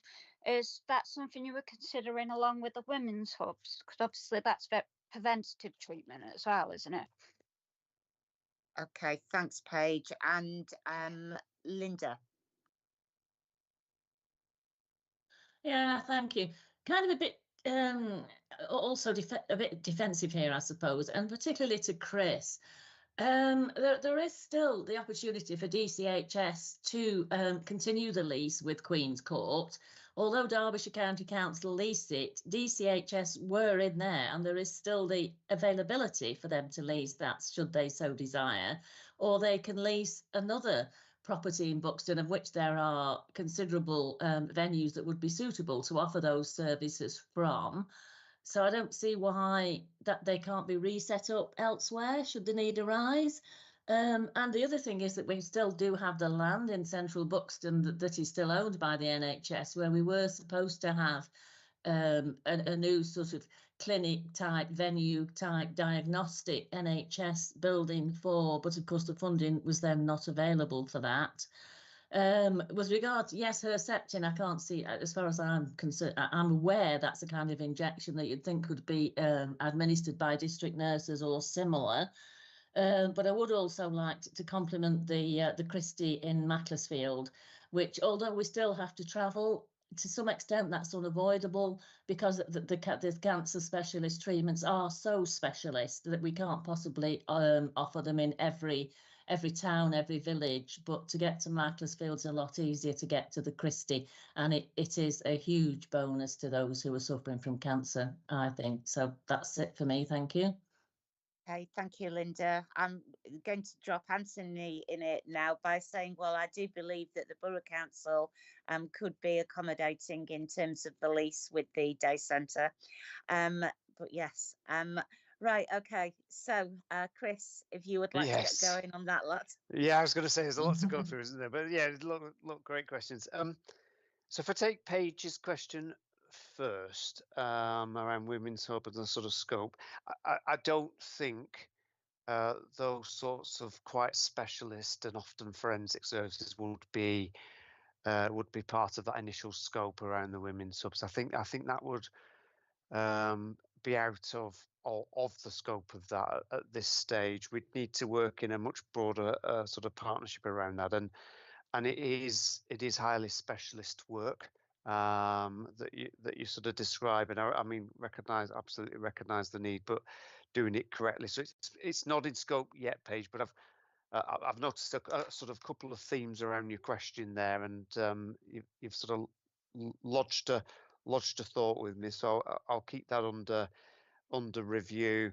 Very quick, Buxton Hub continues to be under review. Clearly, there's a theme in a few of the questions really around estate, and so one of the things that we know, it's not a secret, is it? It's public knowledge at the moment that the NHS, as are many sort of public sector bodies at the moment, is challenged in two ways, and the councils have a version of this as well.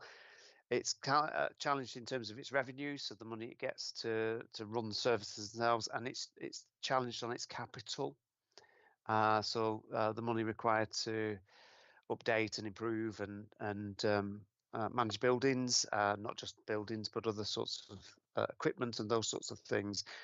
So one of the things that Lord Darcy's review showed that there's been a starvation of the NHS in terms of its capital and the availability of capital, and that remains true. So there's a huge capital maintenance backlog for our facilities, and that affects many of the sort of buildings that we have and the sort of developments that we want to take forward, and a lot of the sites that colleagues have mentioned will be affected by it.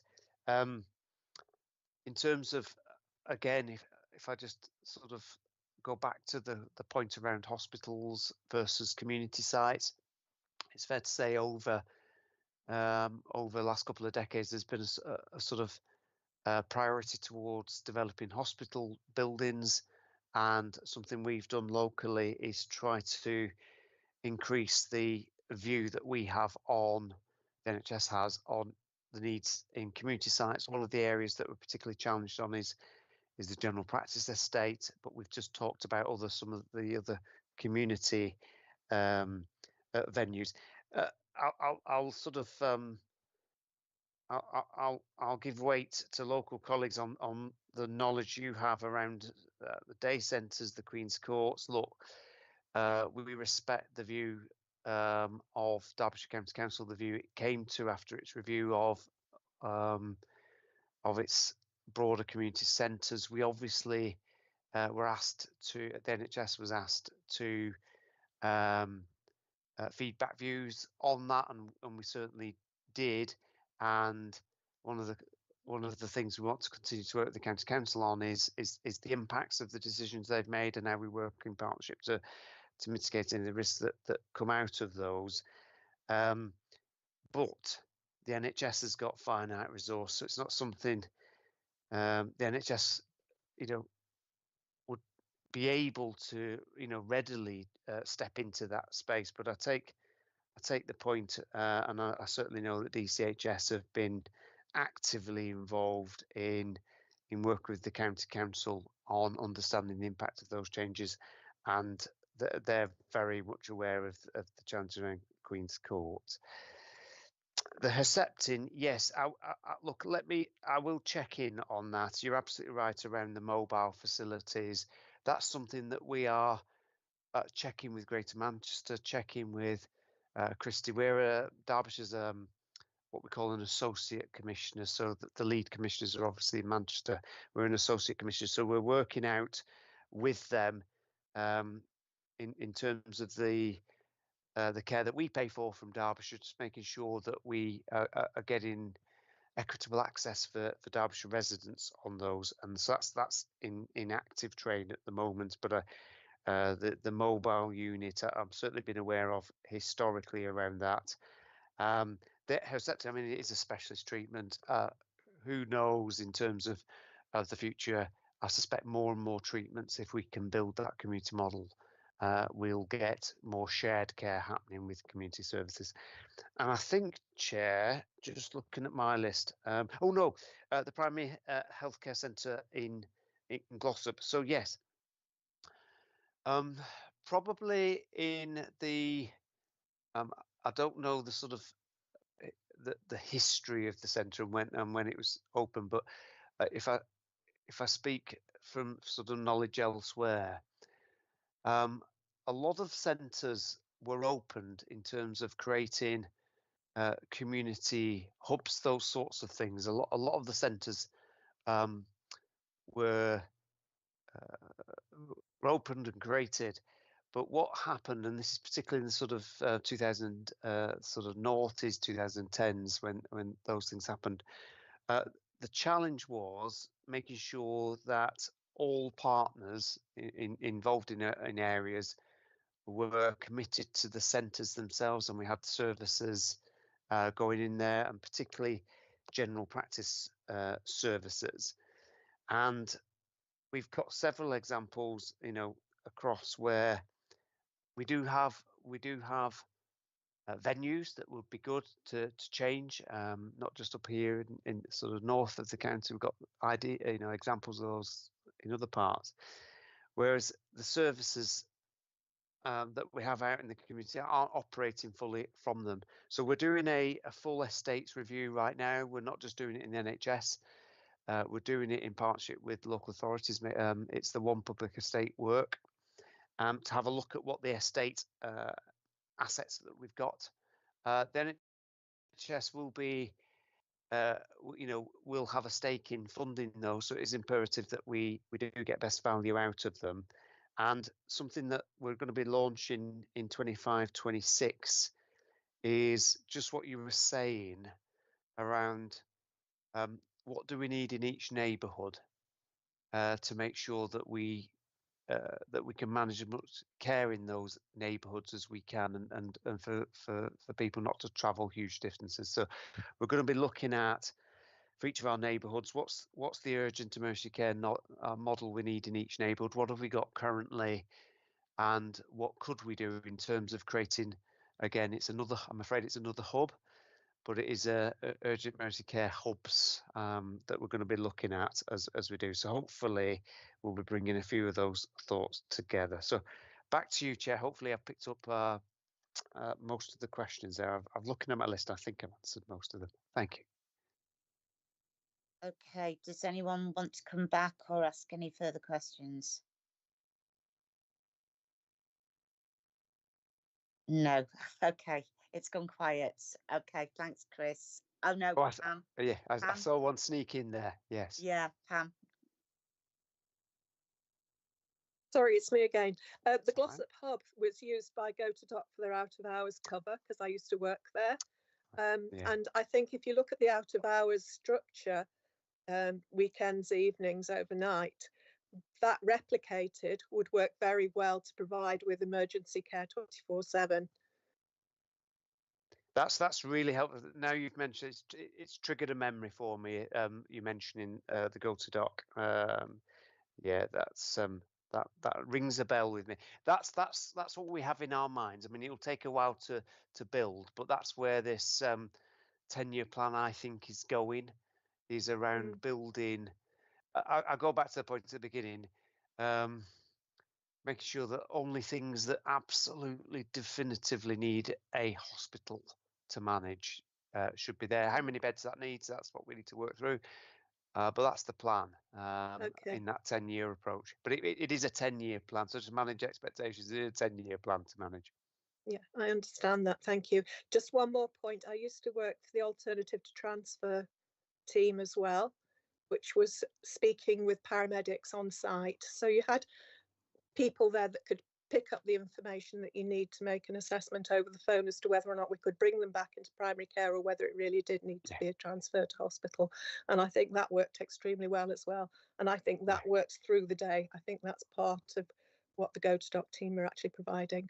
Yeah, there's something called navigation hubs. We're trying to make sure we've got them everywhere that does that sort of link between the services.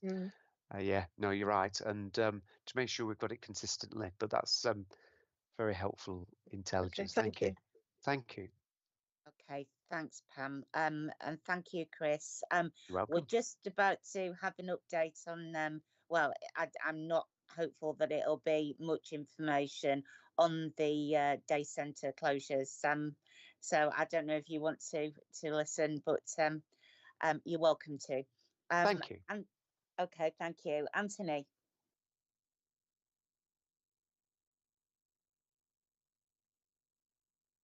Thanks, Chair. The update is essentially there is no update.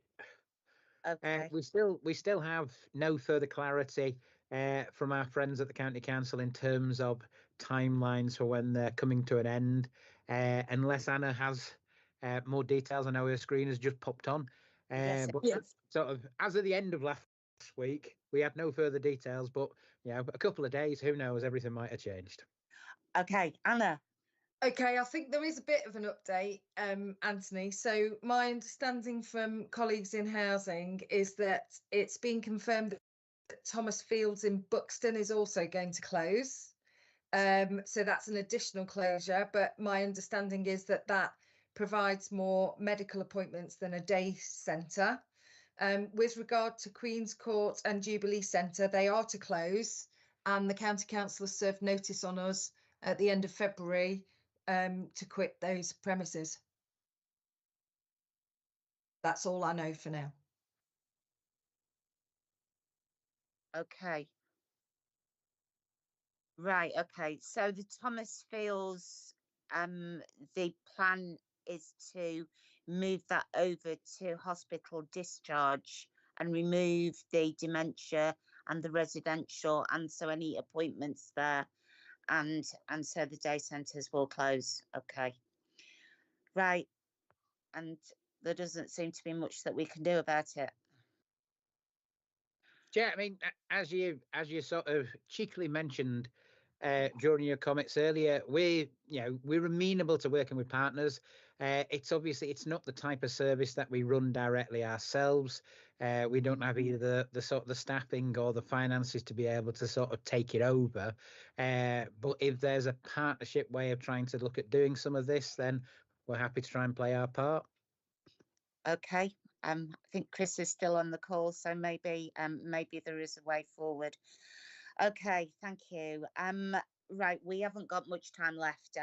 So very quickly, the last thing is, if I'm not missing anything, there aren't any questions for the executive member, I believe. So if you just cast your eye over the work programme, we should have the plans for New Mills Leisure Centre coming for scrutiny in the near future. I did ask for an update on the banking hubs. Thank you, Chris. Thank you. So if anyone has very quickly got any issues, I know, Dave, that you did, and I know that is being considered. We're trying to work out exactly how it will fit in with the committee's remit. Has anyone else got any issues for the work programme? Just very quickly, Linda. Can we get bus shelters back on the list again? Generally speaking, we can get the bus shelters provided, but Highfield Borough Council would have to maintain them, which has always been a sticking point. But in view of the amount of houses that we are building and the new estates etc. Surely we should be looking at more bus shelters. It's all very well putting on new buses and more buses, but we need shelters for them. Yeah, Thanks. okay. Yeah, that'll be in area 4 cooperation, won't it? Yes, it will. Yes, Anthony. thank you. Yeah, Anthony. Chair, bus shelters and related infrastructure will be one of those transport things that passes over to the Mayoral Transport Authority once that's established a little later in the year. Okay, all right, thank you very much. We'll also have a Project Unity working group. We'll have updates on that. So we have got things to be getting on with in the near future. So on that note, it's just about 8:30. So I'm going to close the meeting and say thank you for everybody's engagement. Thank you very much. Thank you, Rachel.